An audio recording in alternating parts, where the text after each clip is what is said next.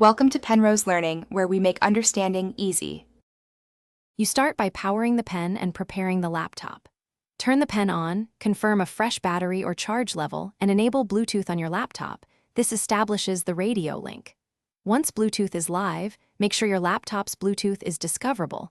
Don't waste time toggling other wireless adapters.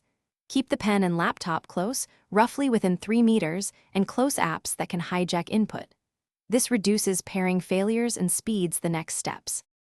Next, pair the pen through Bluetooth so the OS recognizes it as input. Open your laptop's Bluetooth settings and choose Add Device or Pair New Device. You should see the pen listed, select it, and if a PIN prompt appears, accept the default or confirm it matches. The system exchanges keys to secure the connection. Once paired, wait for confirmation that the device is connected. Then, test a simple stroke or button press, so you verify communication before moving on.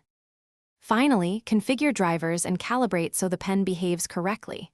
Install the manufacturer's driver or pen app, then adjust pressure sensitivity, tip settings, and button mappings so they suit your workflow. Once you calibrate, open a drawing or note app to confirm tilt and pressure work. If something fails, restart Bluetooth and the laptop, then repair the pen. If problems persist, update the OS and pen drivers. This resolves most compatibility issues and makes your pen reliable. Thanks for watching. If this was helpful, leave a like and consider subscribing. See you next time.